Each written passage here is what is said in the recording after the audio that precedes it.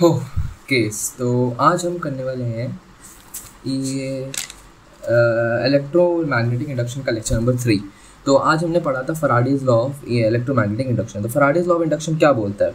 Faraday चचा ने ये बोला था कि जो भी मतलब जो लेंस लॉ होता है वो क्या देता है, हमारे जो भी ईएमएफ इंड्यूस होता है उसका डायरेक्शन, यानी करंट जो इंड्यूस होता है हमारे किसी भी कॉइल में उसका डायरेक्शन कौन बताता है? Lenz law. लेकिन हमें अगर मैग्नीट्यूड निकालना हो तो हम उसके लिए क्या यूज़ करेंगे? फराडेज लॉ।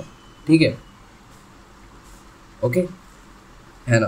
तो फराडे लॉ का मतलब फराडे लॉ किस चीज़ से चेंज हो सकता है? मतलब अगर हमारा जो लूप का जो है, यानी हमारा फ्लक्स अगर हमारा चेंज हुआ तो करंट इंड्यूस होगा, ईएमएफ इंड्यूस होगा। तो इन्होंने ने जो करंट को ना उसको इन्होंने बोला कि ईएमएफ इंड्यूस होता है।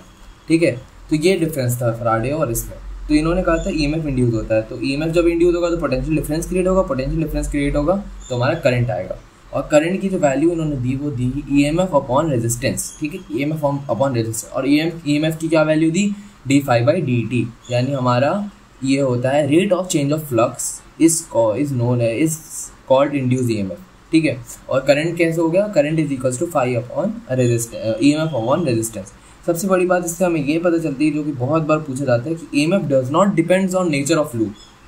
यानी मतलब ईएमएफ हमारे डिपेंड ही नहीं करता मटेरियल ऑफ लूप पे। यानी अगर हमारा लकड़ी लो, लोहा लो, टूटा हुआ तार हो, सब में इंड्यूस ईएमएफ होता है। ठीक है, तो अब इन्होंने बहुत अच्छे तरीके से निकाला था।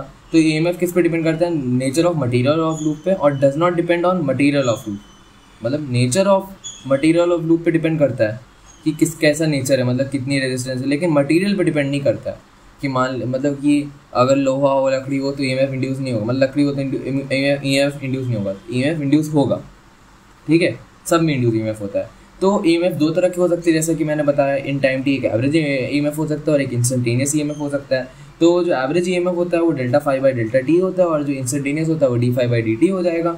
और जो आई एवरेज करके इसी के थ्रू हमने एक चीज़ निकाली कि जो हमारा जो चार्ज होता है वो हमारे टाइम पे डिपेंड ही नहीं करता है। जो Q की वैल्यू होती है EMF अपॉन में R, सॉरी ∆φ/R। हाँ, ∆φ/R। जब Q, इससे यही पता चलता है कि करंट हमारा टाइम पे डिपेंड कर रहा है, चार्ज भी हमारा टाइम पे डिपेंड कर रहा है, लेकिन EMF ही हमारा टाइम पे हमारा चार्ज ही हमारा टाइम पे डिपेंड नहीं कर रहा है। बाकी सब इंड्यूस EMF टाइम पे डिपेंड कर रहा है, क्योंकि rate of change of flux होता है induce EMF।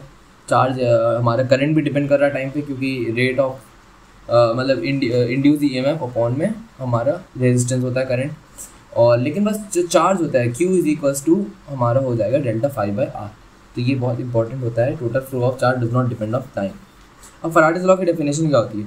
Magnitude of the induce EMF in a circuit is equal to the time rate of change of magnetic flux to the circuit. Mathematically instantaneous EMF कहना चाह रहा है। मतलब magnitude जो होता है इंड्यूस ईएमएफ का सर्किट में वो टाइम रेट पे डिपेंड करता है, change of magnetic flux to the circuit. तो ईएमएफ बता दें d∅dt होता है। अब अगर आपको फाई को डिफरेंशिएट करोगे ईएमएफ के लिए तो हमारा क्या आएगा? अगर d∅dt करोगे तो हमारा ईएमएफ आएगा। तो यानी slope of magnetic flux upon में time, slope of magnetic flux time gives हमारा EMF, and integration of EMF gives you magnetic flux. ठीक है, चेंज इन फ्लक्स देगा, ∆φ देगा, सॉरी चेंज इन फ्लक्स देगा, चेंज इन फ्लक्स। सो हमारे integration of EMF हमें देगा स्लोप चेंज इन फ्लक्स, यानी area of EMF time graph हमें देगा चेंज इन फ्लक्स। ठीक है, फिर बहुत सारे क्वेश्चंस हुए हैं। फिर एक आता है हॉरिजॉन्टल रेल प्रॉब्लम।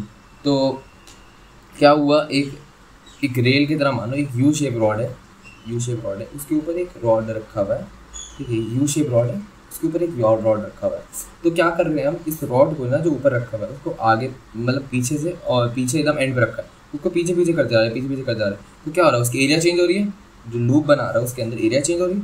जब एरिया चेंज होगी तो क्या होगा? फ्लक्स इंड्यूस होगा। तो वही उन लोगों ने कहा कि फ्लक्स इंड्यूस होता है। तो आगे आगे आगे आगे आगे अब इसका कैसे फ्लक्स कितना होगा? तो फ्लक्स की वैल्यू क्या होती है हमारी? मतलब ईएमएफ की वैल्यू क्या होती है? ∆φ/∆t। तो अब फाई कितना होगा हमारा? फाई कैसे होगा? V/A। अब ठीक है, मैग्नेटिक फील्ड हमारी क्या हो रही है? मैग्नेटिक फील्ड हमारी कांस्टेंट है, लेकिन चेंज क्या हो रहा है? एरिया चेंज हो रही है। अब एरिया क्या होती है हमारी किसी भी रॉड की? एरिया होती है हमारी लेंथ इनटू ब्रेथ। ठीक है, तो अब लेंथ तो हमारी कांस्टेंट है, यानी जो रॉड की लेंथ है वो तो कांस्टेंट है। चेंज क्या हो रहा है, जो उसकी पोजीशन है dx/dt, यानी मतलब उसका जो x वाला पार्ट है धीरे धीरे हम पीछे करते जा रहे हैं ना, तो x बढ़ते जा रहा है तो x चेंज हो रहा है, तो dx/dt करेंगे हम, पूरा डिफरेंशिएट करेंगे ना d∅/dt EMF को निकालने के लिए। तो अब जब डिफरेंशिएट किया हमने तो dx/dt क्या होता है, वेलोसिटी होता है, तो हमारा आंसर आया BLV। तो यानी अगर हमारा इंड्यूस EMF पूछा जाए हमारे इसके अंदर एक ऐसे हॉरिजॉन्टल रे प्रॉब्लम में, तो हम बोलेंगे BLV, और अगर यही हमारा करंट पूछ लिया जाए तो हम बोल देंगे BLV/R। ठीक। अब इसी को फिर क्या हुआ, इसी एक और आदमी आया, इसका नाम था हॉल।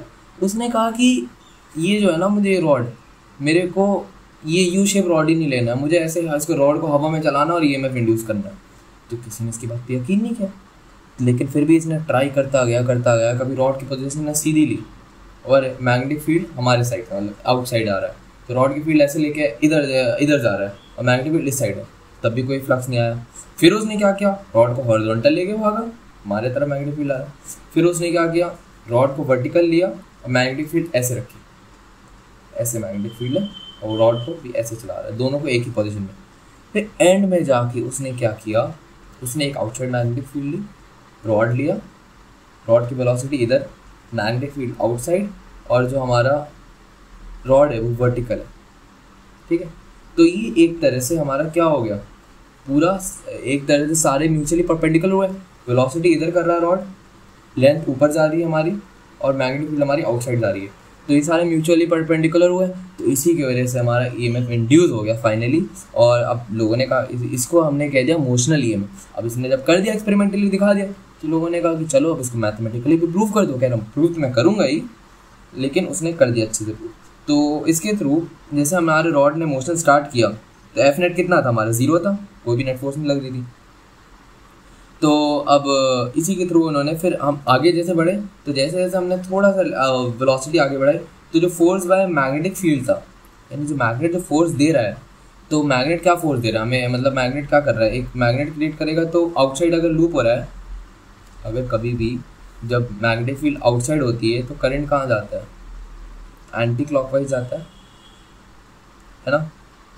तो फोर्स बाय मैग्नेट जो है वो हमारा ऊपर लग रहा है, क्योंकि वेलोसिटी है, इधर जा रही है वेलोसिटी, तो मैग्नेटिक फील्ड का फोर्स कहाँ जा रहा है, ऊपर जा रहा है, डायरेक्शन ऑफ फोर्स। तो डायरेक्शन ऑफ फोर्स ऊपर जा रहा है, तो सारे इलेक्ट्रॉन जो फ्री इलेक्ट्रॉन्स रॉड में, वो सारे कहाँ जाएंगे, ऊपर चले जाएंगे सारे इलेक्ट्रॉन। जब इलेक्ट्रॉन ऊपर चले जाएंगे और पॉजिटिव चार्ज मूव नहीं करते, पॉजिटिव चार्ज नीचे जाएंगे, तो पॉजिटिव से नेगेटिव क्या हो जाएगी, इलेक्ट्रिक फील्ड जनरेट हो जाएगी। इलेक्ट्रिक फील्ड जनरेट हो गई। अब इलेक्ट्रिक फील्ड जैसे ही जनरेट हो गई तो क्या होगा हमारा, अब जब हमारा इलेक्ट्रिक फील्ड जनरेट हो गई तो ऊपर एफ मैग्नेट आ गया। अब नीचे जो आएगा हमारा वो इलेक्ट्रोस्टैटिक फोर्स आ जाएगा जो उसको बैलेंस करेगा, मतलब ऊपर एफ मैग्नेट की वजह से सारे इलेक्ट्रॉन ऊपर चले गए, नीचे जो आएगा वो इलेक्ट्रोस्टैटिक फोर्स आ जाएगा जो कि हमारा डेल्टा वी क्यू इंटू ई होता है ना, चार्ज पे होता है डिपेंड। तो अब इसी को हमने बैलेंस किया, तो F net is equals to Q V V equals to Q E, V V is equals to E, V V is equals to delta V by L. तो ई एम एफ क्या आ जाएगा हमारा, delta V is equals to B into L. अब इसी का अगर हमें वो करें वेक्टर फॉर्म में करें तो v cross B dot L equals to delta V. तो यानी ई एम एफ तभी हमारा नॉन जीरो रहेगा जब ये तीनों बी वी और एल सारे mutually perpendicular to each other हो। तो हमने यही पढ़ा, यानी अगर हमारा कोई भी डायरेक्शन यानी वेलोसिटी, लेंथ या ब्रेथ, अगर ये तीनों में से कोई भी अगर एक प्लेन में रहा तो ईएमएफ इंड्यूस नहीं हो सकता। अगर आप इसको ट्राई करना चाहें तो v cross B dot L से ट्राई भी कर सकते हैं। अगर मान लीजिए वेलोसिटी और हमारा लेंथ एक ही उसमें है, मतलब एक ही प्लेन में, तो क्या होगा, जैसे मान लीजिए वेलोसिटी आई कैप में है, लेंथ भी आई कैप में, और जो मैग्नेटिक फील्ड है वो जे कैप में, ठीक है। तो अब बी क्रॉस वी था, तो बी हमारा कितना, हमारा मैग्नेटिक फील्ड है हमारा जे कैप, और लेंथ कितना है हमारा, लेंथ था वेलोसिटी था हमारा आई कैप। तो बी इंटू वेलोसिटी यानी आई इंटू जे कैप क्या देता है, हमारा के कैप देता है। तो के कैप और के कैप का डॉट हमें करना आई कैप के साथ, क्योंकि हमारा जो लेंथ है B cross V dot L, length है हमारा आई कैप में, तो तो हमारा के कैप डॉट आई कैप क्या हो जाएगा, दोनों 90 डिग्री जीरो आ जाएगा आंसर, क्योंकि डॉट प्रोडक्ट में कब हमेशा सेम वाले को ऐड होता है, बाकी सारे मतलब सेम वाले को ही मल्टीप्लाई कर सकते हैं, बाकी सारे हमारा नेगेटिव में जाते हैं, मतलब बाकी हमारा जीरो हो जाता है अगर दोनों परपेंडिकुलर हुई चलती, क्योंकि डॉट प्रोडक्ट में क्या हो रहा होता है, हम कॉस थीटा ले रहे होते हैं, कॉस 90 डिग्री हो जाएगा तो जीरो हो जाएगा, ठीक है। तो एक था आज का, थैंक यू।